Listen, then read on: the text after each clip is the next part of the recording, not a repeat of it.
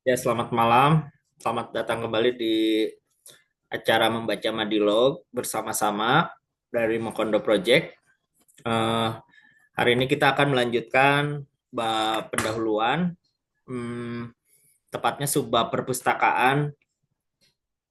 Jadi tadinya kita mau usahakan eh, satu pertemuan satu bab, tapi ternyata cukup melelahkan. Jadi satu subbab aja. Terus kemarin eh, Aji juga komentar ya bahwa wah, ternyata meluangkan waktu membaca itu tidak mudah ya.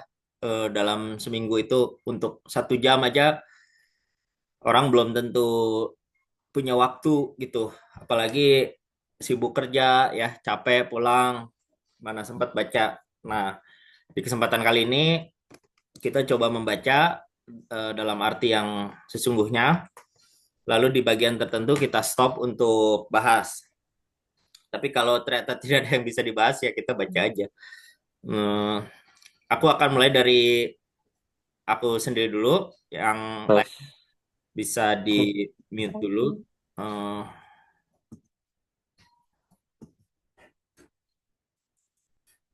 Oke, sudah kelihatan ya? Itu udah kelihatan?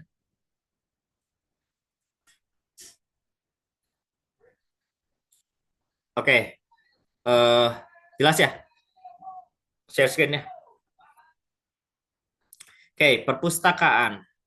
Kita masih ingat betapa sindiran dihadapkan pada almarhum Leon Trotsky karena ia membawa buku berpeti-peti ke tempat pembuangan yang pertama di Alma Ata. Saya masih belum lupa akan beberapa tulisan yang berhubungan dengan peti-peti buku yang mengiringi Dr. Andes Muhammad Hatta ke tempat pembuangannya. Ya, jadi waktu Bung Hatta dibuang, kalau nggak salah ke Digul ya, dia banyak eh, di apa banyak membawa peti-peti buku. Sungguhnya saya maklumi sikap kedua pemimpin tersebut dan sebetulnya saya banyak menyesal karena tiada bisa berbuat begitu dan selalu gagal kalau mencoba berbuat begitu. Begitu tuh maksudnya bawa buku banyak kali ya.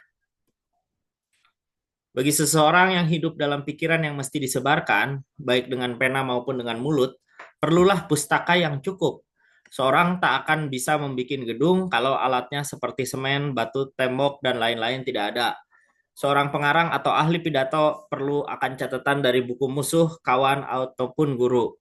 Catatan yang sempurna dan jitu bisa menaklukkan musuh secepat kilat dan bisa merebut permufakatan dan kepercayaan yang bersimpati sepenuh-penuhnya baik dalam polemik, perang pena, baik dalam propaganda, maka catatan itu adalah barang yang tidak bisa ketinggalan, seperti semen dan batu tembok buat membuat gedung.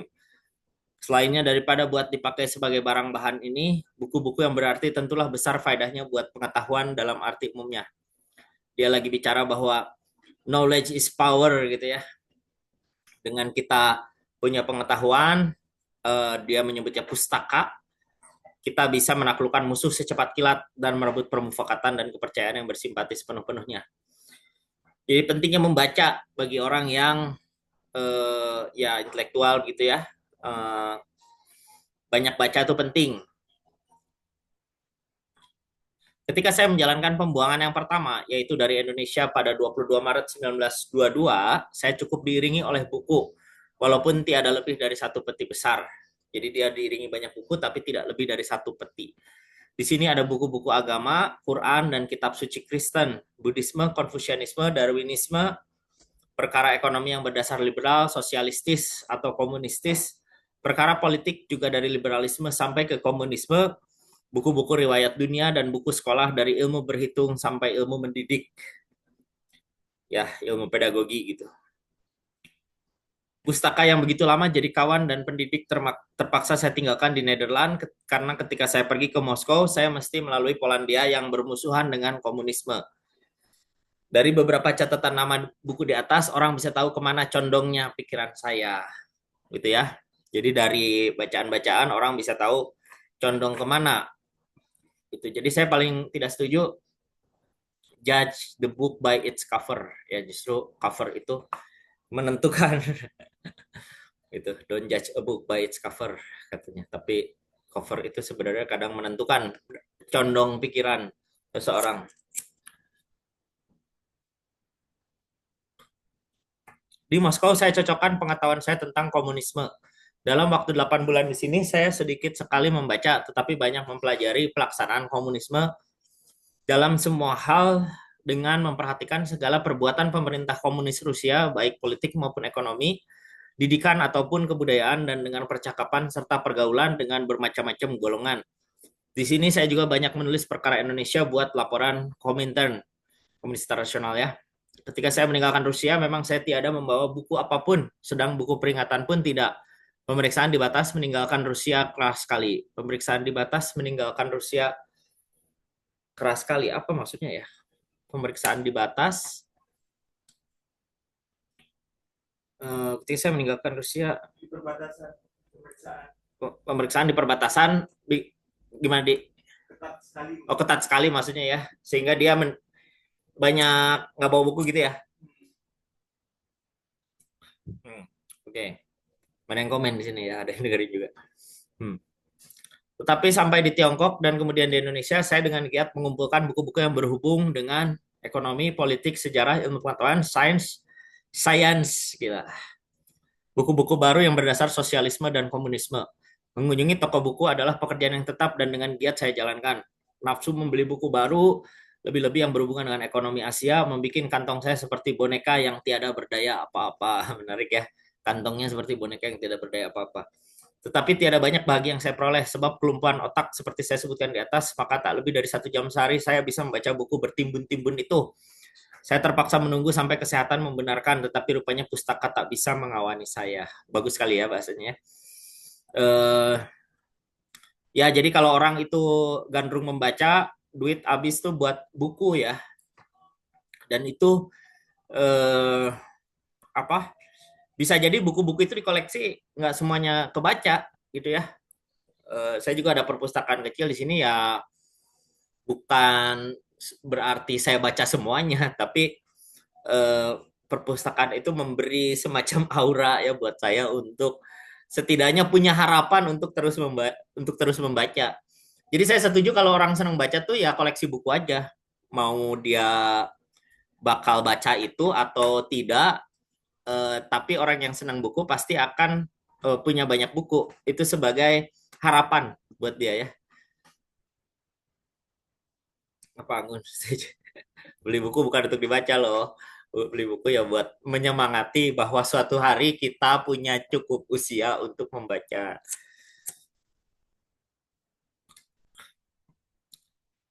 Minimal pas beli buku kan lihat sinopsisnya gitu loh. Lihat apa dikit-dikit lah. Nanti pas ngomongin apa baru keingat, saya ada bukunya di rumah gini-gini tentang ini gitu loh. Buku. Ya, dan ini bagian menarik ya. Eh, bentar ini kok gak bisa tutup. Saya terpaksa menunggu sampai kesehatan membenarkan, tapi rupanya pustaka tak bisa mengawani saya. Jadi kalau lagi sakit, pustaka tidak bisa mengawani saya. Jangan baca buku kalau lagi sakit. Minum obat. Pada Perang Jepang-Tiongkok di Shanghai penghabisan tahun 1937, 3 hari lamanya saya terkepung di belakang jalan bernama North Sichuan Road. Tepat di tempat peperangan pertama meletus. Dari North Sichuan Road tadi, Jepang menembak ke arah Paoshan Road dan tentara Tiongkok dari sebaliknya. Di antaranya di kampung Wang Pan Cho, saya dengan pustaka saya terpaku. Sesudah 2 atau 3 hari, tentara Jepang memberi izin kepada kampung tempat saya tinggal berpindah rumah, pergi ke tempat yang lebih aman dalam waktu 5 menit saja. Saya turut pindah tergopoh-gopoh. Tentulah pustaka saya mesti tinggal. Ketika saya kunjungi rumah saya sesudah habis perang, yakni sesudah sebulan lamanya, maka sehelai kertas pun tak ada yang tinggal. Begitulah rapinya Lalilong alias tukang copet bekerja. Hal ini tidak membuat saya putus asa. Selama toko buku ada, selama itu pustaka bisa dibentuk kembali, kalau perlu dan memang perlu, pakaian dan makanan dikurangi. Wah, gila ya. Mendingan lapar, mendingan gak beli baju baru daripada tidak beli buku. Wah, itulah Tan Malaka. Ada. Gila, kalau lebaran nggak suka dia dikasih baju baru. Sedangnya buku baru. Tapi, Kepala Sari kalau di Bandung ya. Tapi menarik. dia begitu optimis ya. Eh, Meskipun tukang copet ya, meskipun bukunya mungkin pada dicuriin, hal ini tidak membuat saya putus asa. Selama toko buku ada, selama itu pustaka bisa dibentuk kembali, kalau perlu dan memang perlu pakaian dan makanan dikurangi, gitu ya. Jadi walaupun nggak ada yang tertinggal dari buku-buku dia, ya udah santai. Kalau Tan Malaka hidup di zaman sekarang, mungkin selama Lipgen masih ada Lipgennya buat ngebajak buku-buku luar, tenang itu. Saya ada perpustakaan peninggalan ayah saya, pada akhirnya sebagian karena dimakan rayap, ya akhirnya mesti di Lego ya, mesti dijual begitu beberapa buku. Eh, ya setelah saya pikir-pikir, memang romantis ya buku-buku itu, baunya gitu ya, kenangannya. Tapi buku-buku itu sekaligus juga ya tersedia sekarang secara online gitu. Jadi tidak akan habis lah, meskipun kita kita itu tidak punya satupun buku sekarang ya, zaman sekarang, tapi kalau kita ini bisa online gitu ya, kita bisa baca buku seperti sekarang. Tan Malaka, Madilo, berapa orang sih di antara kalian yang mengoleksi bukunya secara cetak kan? Saya yakin nggak semuanya ya, tapi dengan adanya diskusi ini terus mudah diakses online ya, bisa kita baca Madilog ya. Palasari dan balong gede, di balong gede lebih murah. Ya, jadi ketika punya uang tuh orang yang beli, suka baca pasti beli buku. Meskipun bukunya nggak dibaca nantinya. Ya, bacanya online. Sampai saya ditangkap di Hong Kong pada 10 Oktober 1932, saya sudah punya satu peti pula. Ya, aku nggak kebayang peti itu segede apa ya. Sepeti. Sudah 2 bulan di dalam penjara, saya dilepaskan buat dipermainkan seperti kucing mempermainkan tikus. Maka dekat Amoy, saya bisa melepaskan diri. Tetapi dengan melepaskan pustaka saya sendiri, pustaka saya tanpa saya berlayar menuju Foi Chow, saya terlepas dari bahaya, tetapi juga terlepas dari pustaka. Gila. Saya berhasil menyamar masuk ke Amoy dan terus ke daerah dalam Hokkien 3-4 tahun lamanya. Terputus dengan dunia luar sama sekali, beristirahat, berobat sampai sembuh sama sekali. Jadi kelihatannya kalau dia membawa pustakanya, selain berat juga berbahaya ya. Ideologinya terbaca gitu loh. Jadi pustakanya terpaksa dilepas. Pustaka baru yang saya kumpulkan di Amoy dari tahun 1936 sampai 1937 juga sekarang terpendam di sana. Jadi juga sekarang 2 kali ya. Ketika tentara Jepang masuk pada tahun 1937, malah 2-3 buku-buku peringatan yang penting sekali yang bahannya diperoleh dengan mata sendiri ialah catatan penting buat buku-buku yang sekarang saya mau tulis. Mesti saya lemparkan ke laut dekat Merkui sebelum sampai di Rangun. Oke, saya baca dulu ya. Aku kurang paham nih. Atau ada yang mau berpendapat sejauh ini? Silakan. Heroik sekali ya. Oke, kalau belum ada aku lanjut ya. Putusan bercerai dengan 2 buku catatan itu diambil dengan duka cita sekali. Oh, dia nyatet ya. Tetapi putusan itu belakangan ternyata benar. Dwayne Rangun memeriksa buku-buku saya yang masih ada dalam peti seperti English Dictionary dengan teliti sekali. Malah kulitnya diselidiki betul-betul. Aku nggak tahu Dwayne Rangun itu apa ya. Tapi kelihatannya ini apa, nama orang atau semacam petugas atau apa. Malah kulitnya diselidiki betul-betul. Kantong pun tak aman. Di antara Merkui dan Rangun di pantai laut, di sanalah terletak beberapa buku peringatan dengan rancangan, catatan, dan sugesti atau nasihat buat pekerjaan sekarang. Dalam permulaan 3 tahun di Singapura, saya amat miskin sekali. Ya, gaji yang diperoleh sedikit sekali, 6,5 rupiah sebulan. Berapa 6,5 rupiah sebulan? Dengan tidak ada diploma Singapura, tak lahir di Singapura, memakai paspor Tiongkok, walaupun bisa bercakap Tionghoa, oh mantap ya, bisa ngomong Tionghoa, eh, bahasa Mandarin gitu kira-kira. Tetapi tiada bisa membaca huruf Tionghoa, susah mendapat kerja yang berhasil besar pada perusahaan Tionghoa. Susah pula mendapat izin mengajar bahasa Inggris dari Tuan Inspektur. Sedangkan masyarakat Indonesia tak berarti sama sekali di bekas kota Tumasek, nama Singapura sekarang di zaman Majapahit. Ini uang buat makan secukupnya saja, pakaian jangan disebut lagi. Masuk jadi anggota pustaka library, perpustakaan tiada mampu. Di sini pengetahuan saya walaupun kesehatan sempurna kembali, cuma bisa ditambah dengan isi surat kabar dan pengamatan mata dan telinga sendiri. Tetapi lama-kelamaan atas usaha sendiri saya mendapatkan pekerjaan dan hasil pekerjaan yang baik sekali. Seperti saya sebut di atas, akhirnya saya dapat bekerja pada sekolah normal tinggi, Nanyang Chinese Normal School, sebagai guru Inggris dan belakangan juga sebagai guru matematika dalam dan luar sekolah tersebut. Saya mulai kumpulkan catatan buat buku-buku yang mau saya tulis sekarang. Raffles Library memberi kesempatan dan minat yang besar. Buku yang paling belakang saya pinjam adalah Kapital, Karl Marx. Tetapi armada udara Jepang tak berhenti datangnya hari-hari. Bentar sebentar saya mesti lari sembunyi.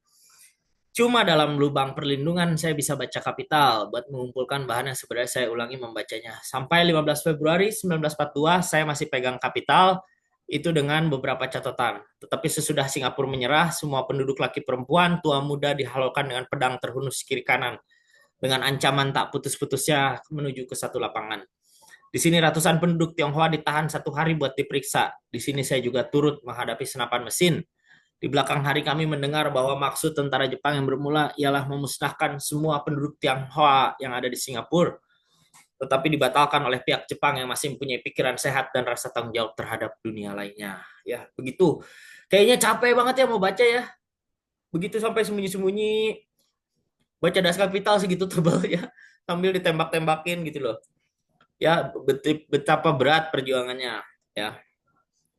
Mungkin Tan Malaka harus tahu sekarang Das Kapital banyak bisa diakses tapi malah tidak ada yang baca gitu ya. Tidak harus sambil perang. Sebelum kami dikirim ke Padang tersebut, saya sudah maklum bahwa tak ada pelosok rumah atau halaman rumah. Ya, Arnold, Apa nih? kebuka ya? Ah, nggak apa-apa. Aman-aman. Sebelum kami dikirim ke Padang tersebut, saya sudah maklum bahwa tak ada pelosok rumah atau halaman rumah yang mesti kami tinggalkan selama pemeriksaan diri dijalankan, yang kelak akan dilupakan oleh Kempei Jepang. Sepeninggalan kami, rumah tempat saya tinggal diperiksa bisa-bisan, barang berharga habis dicopet. Dicuri kali ya, dicopet. Ini kalau kita kesannya ada yang ngambil di jalan gitu. Tapi di sini mungkin istilahnya dimaling gitu ya secara umum. Sebelum meninggalkan rumah menuju ke lapangan pemeriksaan, saya beruntung mendapat kesempatan menyembunyikan buku Kapital ke dalam air. Waduh, gimana ya ke dalam air tuh? Di Upper Serangoon Road, di muka rumah Tuan Tan Kim Chan, di sanalah sekarang di dalam Tebat atau Empang bersemayam buku Kapital terjemahan Das Kapital ke bahasa Inggris pinjaman saya Tan Hoseng dari Raffles Library di Singapura. Gimana nih? Pinjaman ya disembunyiin gitu. Udah dibalikin atau harus gitu ya. Mendapat sama menyembunyikan buku Kapital ke dalam air. Bersemayam buku Kapital terjemahan Das Kapital ke bahasa Inggris pinjaman saya Tan Hoseng dari Raffles Library di Singapura. Sesudah 2 atau 3 minggu Singapura menyerah, saya coba dengan perahu menyeberang ke Sumatera. Tetapi gagal karena angin sakal. Apa itu angin sakal? Saya terpaksa mengambil jalan Penang Medan. Hampir 2 bulan saya di jalan antara Singapura dengan Jakarta melalui Semenanjung Malaka, Penang, Selat Malaka, perahu layar, menggunakan perahu layar, Medan, Padang, Lampung, Selat Sunda dengan perahu dan Jakarta. Di jalan saya bisa beli buku karangan Indonesia, di antaranya Sejarah Indonesia, yang mesti saya sembunyikan pula baik-baik sebab dalamnya ada potret saya sendiri. Wow, berarti sudah tercatat ya dalam sejarah Indonesia. Tan Malaka ini, ketika dia beli buku itu, di dalamnya ada potret dia sendiri. Tapi dia sendiri dalam berkegiatan intelektual harus sembunyi-sembunyi ya. Capek juga. Ntar, berapa banyak lagi sih? Oh, dikit lagi. Ji mau gantian nggak? Boleh. Oh, dari sini ya. Capek Kang Sarif ya. Uh, inilah pustaka saya. Inilah pustaka saya dulu dan sekarang. Ada niatan buat membeli sekarang, tetapi banyak keberatan. Pertama, uang. Kemudian banyak buku mesti datang dari luar negeri. Dan ketiga, daripada dicatat dari 1 atau 2 buku, lebih baik jangan dicatat atau catat dari luar buku ialah ingatan sama sekali. Seperti maksud saya tentang Madilog ini. Biasanya buku-buku reference yang dipetik atau pustaka itu ditulis di bawah pundak ibuan. Biasanya diberi daftar pustaka yang dibaca oleh pengarang. Tetapi dalam hal saya, di mana perpustakaan tak bisa dibawa, saya minta maaf untuk menulis pasal terkhusus tentang perpustakaan itu. Dengan ini saya mau singkirkan semua prasangkaan bahwa buku Madilog ini semata-mata terbit dari otak saya sendiri. Sudah tentu seorang pengarang atau penulis manapun juga dan berapapun juga adalah murid dari pemikir lain dari dalam masyarakatnya sendiri atau masyarakat lain. Sedikitnya ia dipengaruhi oleh guru, kawan sepaham, bahkan oleh musuhnya sendiri. Ada lagi, walaupun saya tidak akan dan tidak bisa mencatat dengan persis dan cukup perkataan, kalimat, halaman, dan nama bukunya, pikiran orang lain yang akan dikemukakan, saya pikir tiada jauh berbeda maknanya daripada yang akan saya kemukakan. Nostalgia. Oke. Ya, menarik ya. Eh, dengan ini saya mau singkirkan semua persangkaan bahwa buku Madilog ini semata-mata terbit dari otak saya sendiri. Jadi seorang penulis itu atau pemikir ya tidak akan buru-buru mengklaim bahwa ini adalah pemikiran saya sendiri. Karena tidak ada pemikiran sendiri itu yang langsung ya. Jadi semuanya adalah dipengaruhi oleh guru, kawan sepaham, bahkan oleh musuhnya sendiri. Jadi seorang pemikir selalu dipengaruhi oleh pemikir lain. Entah itu dia setuju, entah itu dia mengcounter pemikiran lain itu. Nah, kemudian atas alasan di atas bahwa pustakanya itu tidak banyak yang tidak terbawa, dia mengatakan bahwa walaupun saya tidak akan dan tidak bisa mencatat dengan persis dan cukup perkataan, kalimat, halaman, dan nama bukunya, pikiran orang lain yang akan saya kemukakan, saya pikir tiada jauh berbeda maknanya daripada yang akan saya kemukakan. Jadi, walaupun dia luput ya, mencatat referensinya secara detail, kalimatnya secara detail, misalnya dia mengutip Hegel, nggak persis, tapi dia akan bilang, ya kurang lebih kayak gitulah Hegel. Aku agak-agak lupa gitu loh, karena aku nggak bawa bukunya, karena aku nggak pegang bukunya.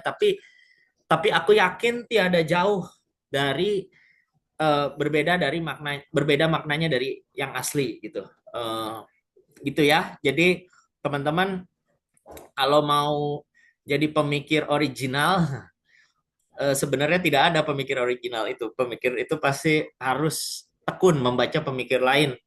Barulah dia bisa mencari titik perbedaannya ya, selisihnya dari pemikiran itu, apa yang belum dipikirkan oleh pemikir-pemikir yang kita baca. Seperti apa yang Tan Malaka lakukan, Madilog itu dianggap satu pemikiran yang eh, muncul hasil dari Tan Malaka membaca banyak referensi. Kemudian dia melahirkan Madilog. Tentu ada pikiran dia sendiri, tapi pikiran dia sendiri tidak lepas dari buku-buku yang lain. Oke, Al-Ghazali. Lanjut Al-Ghazali. Oh, Al-Ghazali pemikir dan pembentuk Islam. Kalau saya tiada keliru pada satu ketika kena Samun, penyamun juga rampas semua bukunya. Sesudah itu Al-Ghazali memasukkan semua isi bukunya ke dalam otaknya dengan menghafalkannya. Bahagia menghafal itu buat Al-Ghazali. Sekarang sudah terang sekali kepada kita.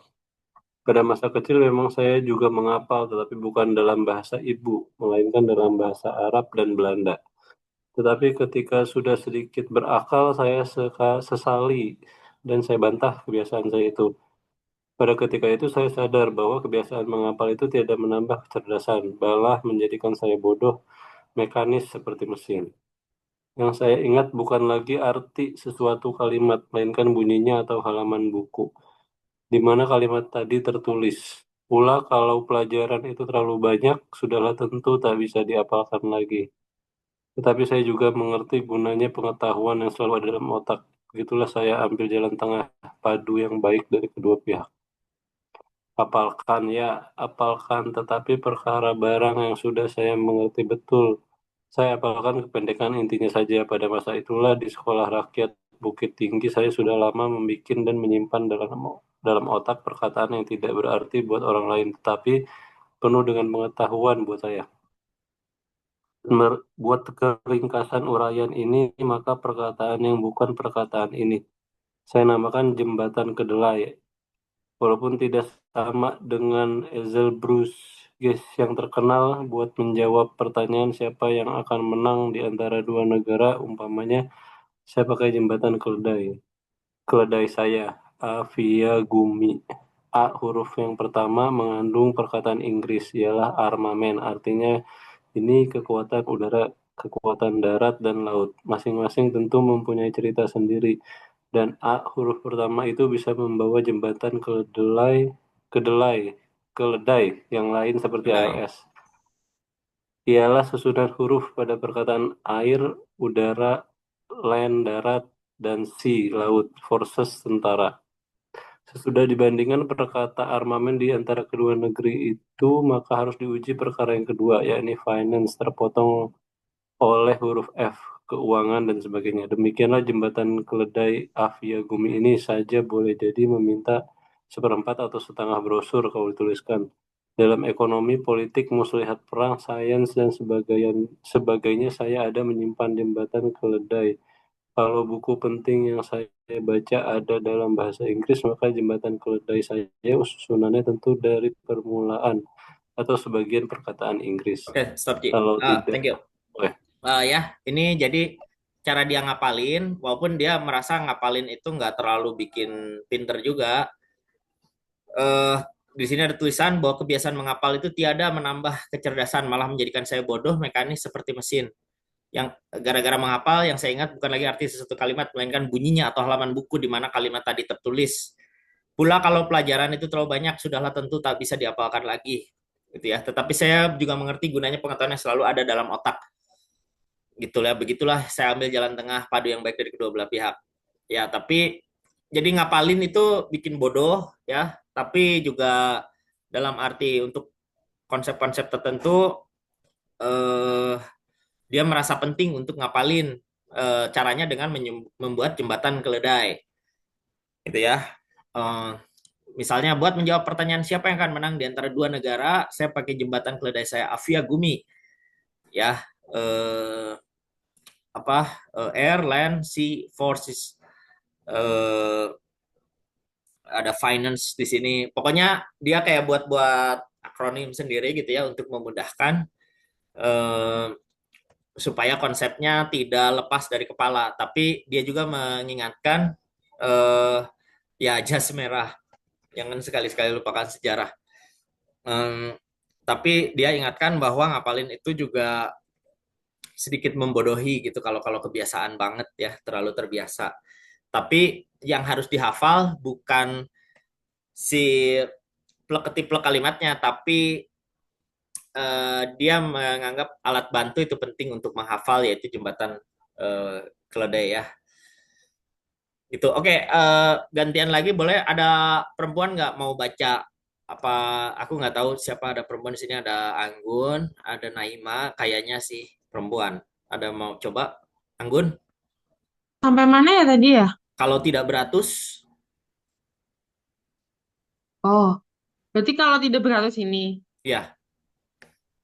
Kalau tidak beratus, niscaya berpuluh ada jembatan keledai di dalam kepala saya. Onif, maaf, bici, augalok Ayo. yang berbunyi bahasa Sanskerta bukanlah Sanskerta atau bahasa Hindu, melainkan teori ekonomi yang bertentangan dengan teori ekonomi Mahatma Gandhi. Ada yang mau dibahas nggak? Lanjut aja dulu. Oke, kalau badan kalau badan saya sehat, maka perkataan guru itu biasanya mudah saya tangkap. Isinya saya terkenakan dan masukkan ke dalam jembatan keledai. Kalau kertas atau buku peringatan saya umpamanya dibeslah, disita catatan editor di Manila atau Hong Kong oleh polisi, maka hal itu tiada berarti dia tahu membaca perkataan itu. Malah sudah pernah dijadikan mereka pusing kepala berhari-hari, mengira yang tidak-tidak. Ya, Dalam bentar. buku, Gun, jadi kalau kira-kira kalau jembatan keledai itu tuh kan kayak kode-kode rahasia yang cuman bisa diketahui oleh Tan Malaka gitu ya. Jadi kalaupun ya, disita, nggak ada yang tahu, malah pusing ini tuh apa gitu kayak tadi Onif Mapci Ayud Galog itu kalau disita oleh polisi maka hal itu tidak berarti dia tahu membaca perkataan itu, malah sudah pernah menjadikan mereka pusing kepala berhari-hari mengira yang tidak-tidak.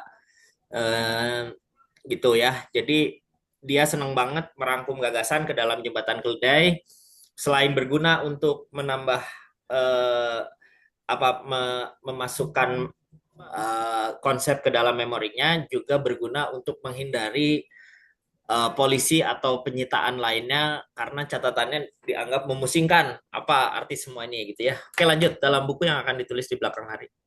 Sedikit lagi tuh.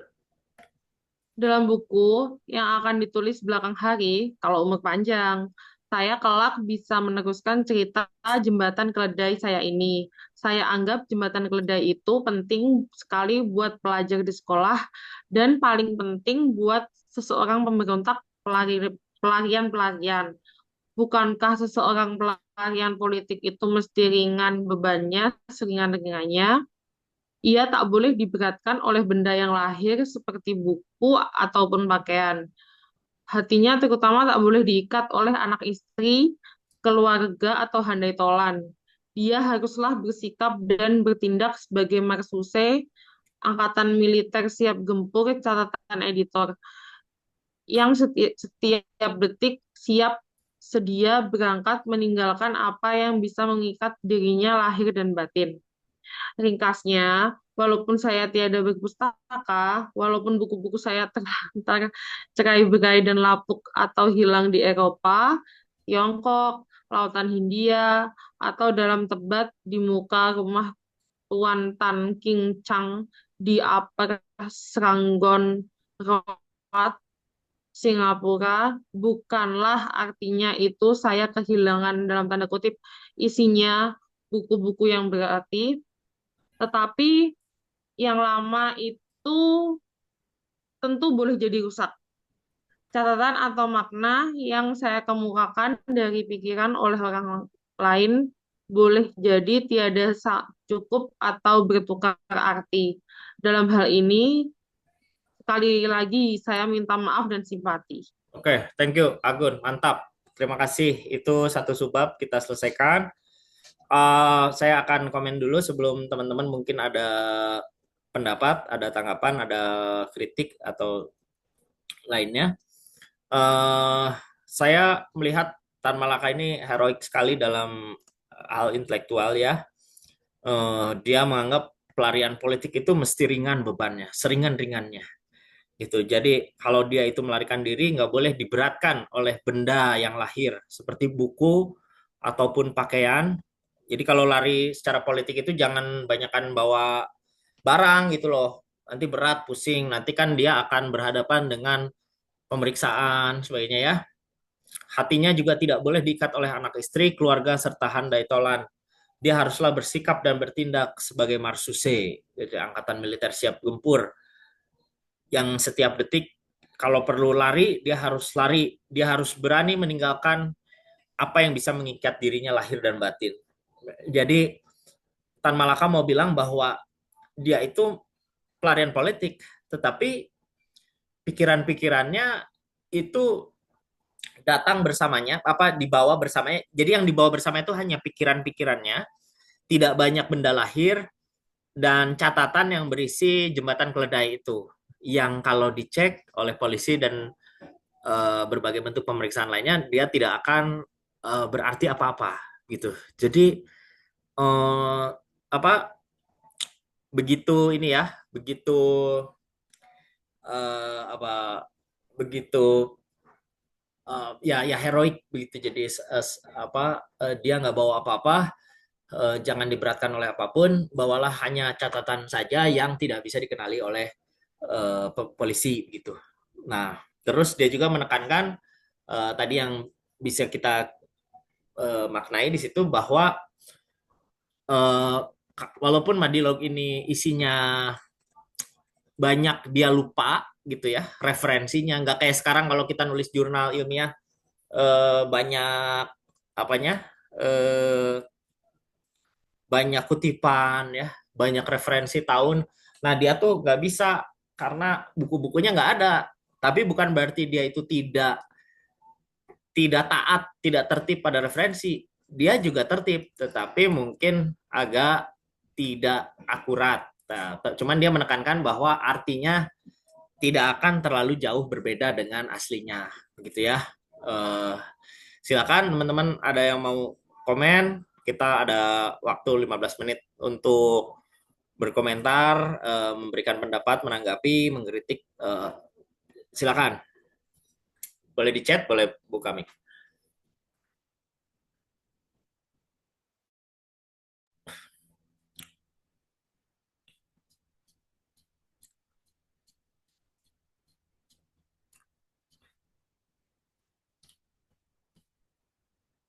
Silakan, ada gimana? Ada komentar nggak?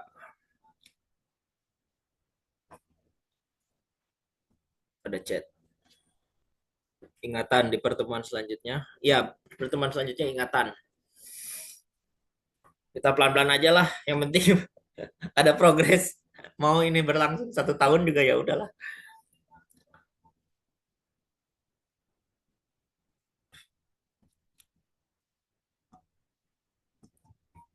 Siapa? Arsa, ada Donald Trump, Naima, Riri, Zulfikri, Al,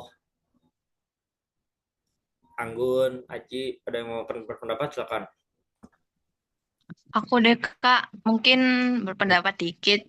Di bagian perpustakaan ini emang kalau dari aku sendiri sih nggak ada yang kalimat yang sulit kayak bab sebelumnya ya. Jadi overall cukup paham. Intinya kayak antisipasi dari Tan Malaka aja sih. Menurut aku harus di tahun itu nggak tahu ya buku-buku tuh emang udah seketat itu apa belum, uh, kutipan dan lain sebagainya. Tapi kayak Tan Malaka di tahun itu tuh udah antisipasi gitu. Kalau misal ke depannya pasti buku yang nggak ada kutipan atau referensinya tuh bakal diragukan. Nah dia kayak udah bikin antisipasi, kayak ngejelasin di awal kalau ya kenapa kutipannya tidak sedetail itu ya karena kondisi dia kayak gitu sih. Ya, oke. Walaupun jangan salah ya, beberapa buku filsafat itu juga nggak ada referensinya. Kayak Kant itu nggak ada referensi ya. Oke, Gun, kenapa? Aku mau nyambung Naima tadi dong. Aku juga kayak ngerasa tuh ini yang perpustakaan lebih mudah daripada yang awal kemarin ya. Bahasanya pun lebih bisa dicerna gitu.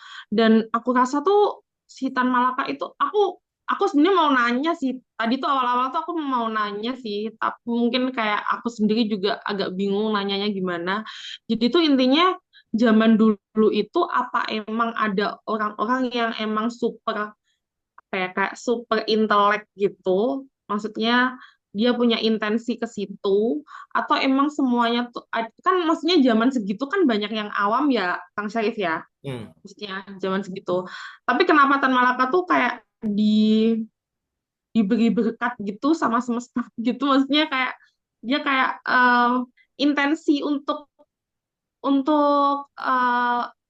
apa ya kayak menjadi orang yang berbeda dengan orang pada umum common sense gitu loh kayak Ya, gitu. ya, Aku ya. mau nanya ke situ sih, nyambung punyanya si Naima tadi gitu. Oke. Aku serahkan siapa tahu ada yang mau coba jawab. Mungkin maksud pertanyaannya adalah kenapa ada orang kayak gini di zaman itu ya, pengen baca, pengen lari kemanapun, ingin menyebarkan pikirannya, mencatat semua buku ya kok ada berkah apa gitu ya. Kalau bahasa Marxis mungkin lebih ke ada hak istimewa apa gitu ya dari Tan Malaka sehingga dia bisa punya pikiran yang berbeda dari zamannya. Hmm, Keren jembatan keledainya bisa untuk merangkum teori ekonomi atau hal-hal yang kompleks. Saya paling cuma untuk mengingat hal-hal simpel. Coba ya kalau untuk konsep sesuatu kita bikin jembatan keledai seperti kata Tan Malaka. Saya nggak bisa jawab persisnya, Anggun, kenapa dia bisa seperti ini ya? Apakah ada petunjuk di teks sebelumnya atau teks berikutnya eh, kenapa dia diberkahi satu intelektualitas yang berbeda dan cukup heroik gitu ya. Apakah dari kecil dia baca buku, apakah dia udah gemar menulis dan membaca dari SD, atau dia punya akses terhadap buku-buku yang dia sebut ini, sehingga ya otomatis jadi punya pemikiran yang lain gitu. Tapi satu hal yang menurutku menarik ya, dia punya keberanian ya untuk menyebarkan gagasan itu. Jadi nggak cuma baca. Di kita kan ada juga tipe orang yang senang baca, tapi dia nggak berani apa yang dia baca itu ditularkan gitu ya. Ini hal yang lain lagi. Eh, banyak baca bisa, tapi menularkan gagasan itu hal yang level yang berbeda gitu. Nah, Tan Malaka ini menurutku levelnya udah jauh di atas apa intelektual-intelektual bahkan pada zaman sekarang dia bukan hanya punya keinginan menyebarkan gagasan, tapi keinginan menyebarkan gagasan dalam pelarian gitu. Bahkan ketika dia tidak punya pustaka di sekelilingnya, itu dia bodoh amat. Dia pengen nulis, pengen menyebarkan apa yang dia pikirkan eh, dengan seluruh perpustakaan itu. Nah, tapi penyebabnya kenapa dia bisa seperti ini, kita belum menemukan petunjuk ya dari teks sebelumnya. Mungkin kita bisa menemukan petunjuknya dari teks berikutnya. Kenapa dia kayak begini? Eh, gitu. Oke, ada yang lain? Silakan. Jembatan Keledai.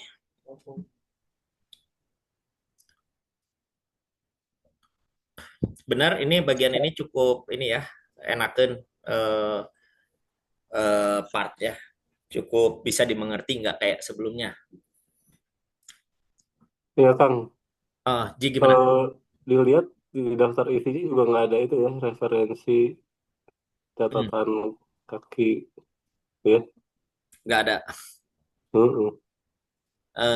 Tapi filsuf filsuf juga beberapa nggak ada kayak gitunya, apalagi yang zaman dulu ya. Kayak Immanuel Kant nulis Critique of Pure Reason misalnya, itu tidak ada referensi catatan kaki gitu. Di belakangnya nggak ada. Atau aku pernah baca Philosophy of Money-nya George Simmel, itu tidak ada catatan kaki referensi di belakangnya daftar pustaka tuh nggak ada.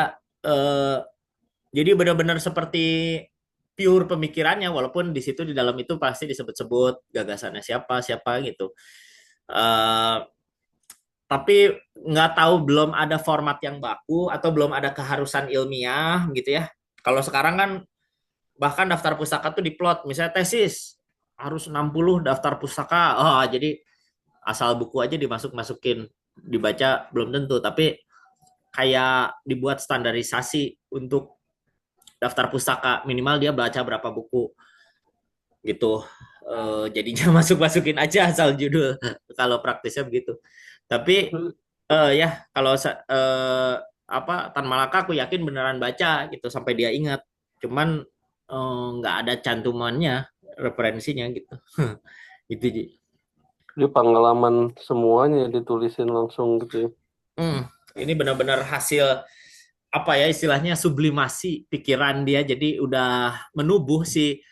Jadi dia bilang kan, di Rusia saya tidak belajar langsung teks komunisme, tapi saya belajar bagaimana pemerintah komunis memerintah. Itu kan berarti dia udah bergabung ya semua pengalaman dan pikiran dia. Nah, yang menariknya aku ngelihat termasuk dalam sejumlah pemikir lainnya yang pernah aku baca riwayatnya, kayak Derrida, kayak Bourdieu, Pierre Bourdieu, itu akrab ya dengan eh, pertikaian politik sebenarnya. Bahkan beberapa pernah jadi ikutan wajib militer gitu-gitu. Itu hal yang menurutku satu poin penting pergulatan intelektual pada masa-masa perang itu ya, seorang intelektual ya sekaligus masuk pada pertikaian politik gitu ya, beberapa gitu. Jadi mereka bukan hidup di zona nyaman kayak di kampus terus ngomen-ngomen dari Twitter gitu, enggak, tapi mereka beneran terjun ya pada problem politik. Itu justru menurutku pertanyaan filosofisnya, gimana orang bisa mikir sesuatu yang abstrak di tengah kondisi konkret yang begitu rumit gitu loh. Di tengah perang, di tengah pelarian, kok orang bisa mikir madilog ya? Kita mah mungkin kalau lagi lapar boro-boro gitu ya, mikir mikir materialisme, dialektika, logika atau historis ya. Yang penting gimana caranya bisa makan itu. Kalau dulu gak apa-apa nggak makan, yang penting beli buku. Bisa gitu ya gitu. Apa ini romantis aja apa realistis gitu? Apa nggak realistis maksudnya? Gitu Ji. Terus rata-rata juga kayaknya dia menguasai lebih dari beberapa bahasa ya. Kelihatannya. Nggak tahu ya dulu mah suka Polyglot ya. linter. Jangan-jangan karena bisa menguasai banyak bahasa jadi intelektualnya bertumbuh kemudian. Mm-mm. Kelihatannya ada akses pada pelajaran bahasa yang cukup cukup besar ya Tan Malaka. Nggak tahu ya, mungkin kita sekarang mah agak ini ya, memori teh agak low low gitu. Jadi males nginget gitu. Dulu mah bacaan susah, jadi harus diingat kalau baca teh gitu. Tapi ada yang aneh, dia bisa bahasa Tiongkok, cuman nggak bisa bacanya ya. Menarik, berarti belajarnya conversation doang. Belajar conversation. Izin Bang. Siapa? Oh, halo. Saya Hasan. Oh, Hasan, Hasan. Gimana? Ya, mau apa ya, kayak berpikir aja. Contohnya kan kayak gini, Bang. Misal di satu buku ini tuh isinya mengambil referensi dari buku A misal. Hmm. Nah, si buku A mengambil referensi dari buku B dan terus sampai ke atasnya. Bukannya nanti juga ada mentoknya ya, Bang ya? Maksudnya bahwa ada buku yang Tidak dikutip bahkan siapapun. tidak ada referensinya gitu. Hmm. Iya, tidak ada referensi siapapun. Berarti hasil dari ya berpikirnya manusia aja. Menarik, menarik. Iya, iya. Berarti nanti ada mentoknya dong. Karena kan apa?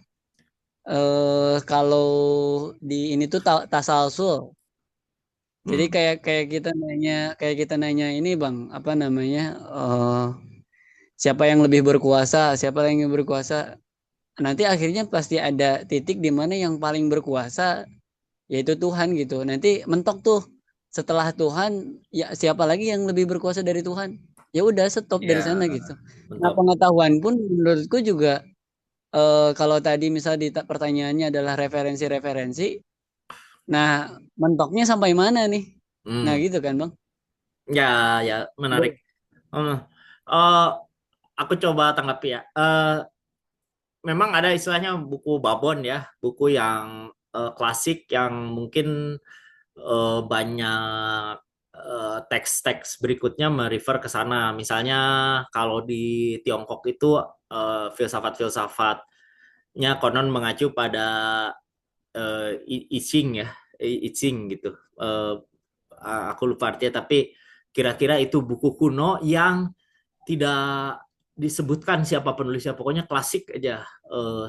Konfusianisme, Taoisme itu mengacu ke situ.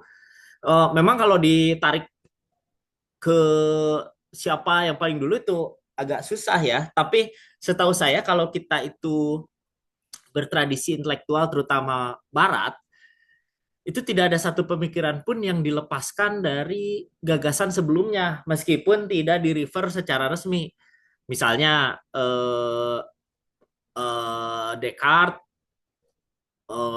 Descartes dianggap bapak filsafat modern misalnya ya, tetapi dia itu juga mengacu pada pemikiran abad pertengahan secara umum gitu. Nah nanti Descartes ditentang oleh Locke, oleh Hume, lalu Locke sama Hume ditentang oleh Kant, Kant ditentang oleh Hegel, Hegel ditentang oleh Marx dan Kierkegaard, Kierkegaard ditentang Nietzsche. Jadi selalu ada seperti itu. Nah ujungnya siapa itu menurutku siapa aja yang mengklaim pada akhirnya dia berani membuat pemikiran sendiri. Misalnya Thales dulu sering disebut filsuf pertama dalam sejarah pemikiran Barat. Dia mengatakan alam semesta dari air.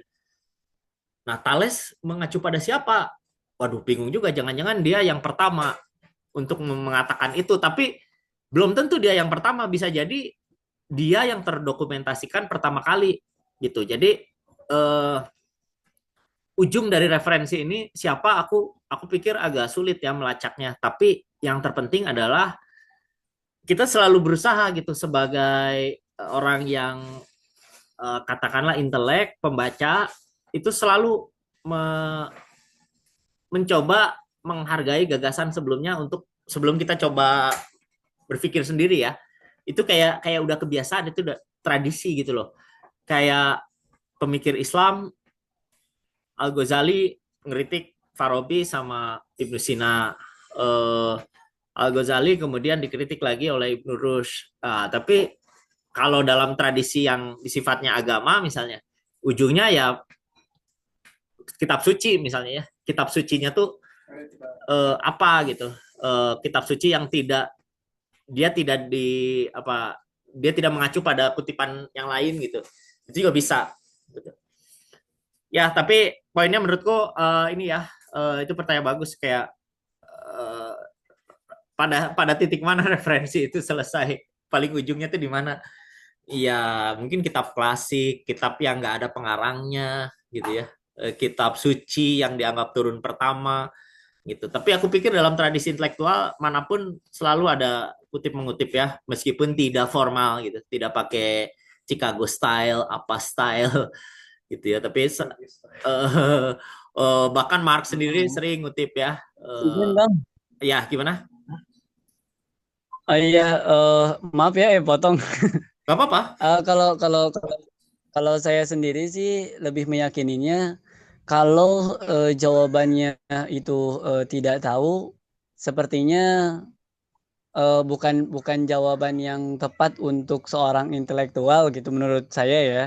Jadi kalau saya sih punya pendapat, opini saya bahwa referensi-referensi itu tuh lahir dari ya Al-Qur'an tadi. Jadi dari Tuhan diturunkan kepada manusia.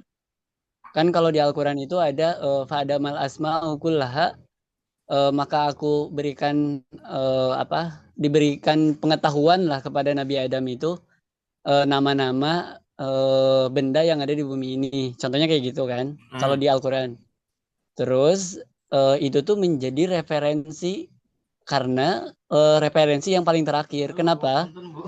Karena itu tuh terlahir dari Tuhan langsung diberikan kepada manusia, dan setelah itu tuh menjadi ilmu-ilmu selanjutnya. Contohnya seperti ini, Bang.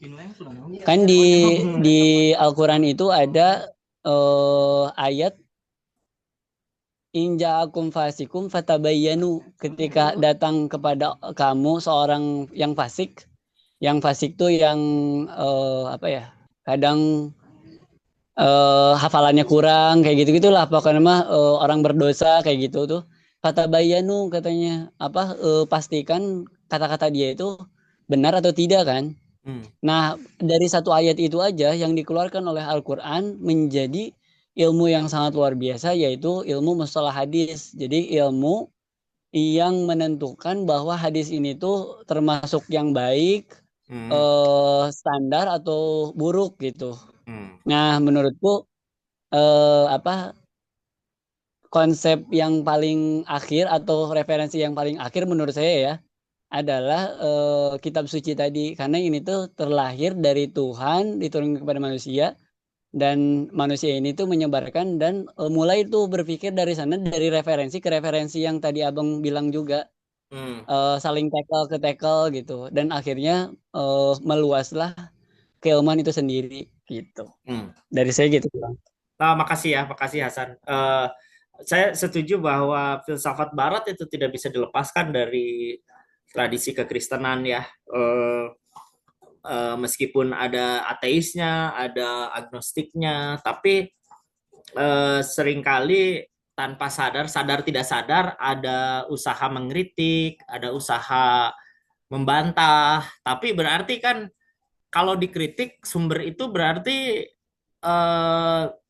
bagus gitu loh kalau bisa dikritik ya. apa demikian halnya dari tradisi Islam juga aku pikir juga bermula dari kitab suci, kemudian banyak cabang-cabang ya, antara yang rasionalis gitu ya, yang empiris, yang Aristotelian, yang Neoplatonis itu kemudian juga muncul ya sebagai kelompok penafsir. Tapi mungkin dari sudut pandang teologis itu bersumber dari Al-Quran gitu ya. Kira-kira begitu. Oke, teman-teman. Alhamdulillah ya, yang kedua ini juga lancar.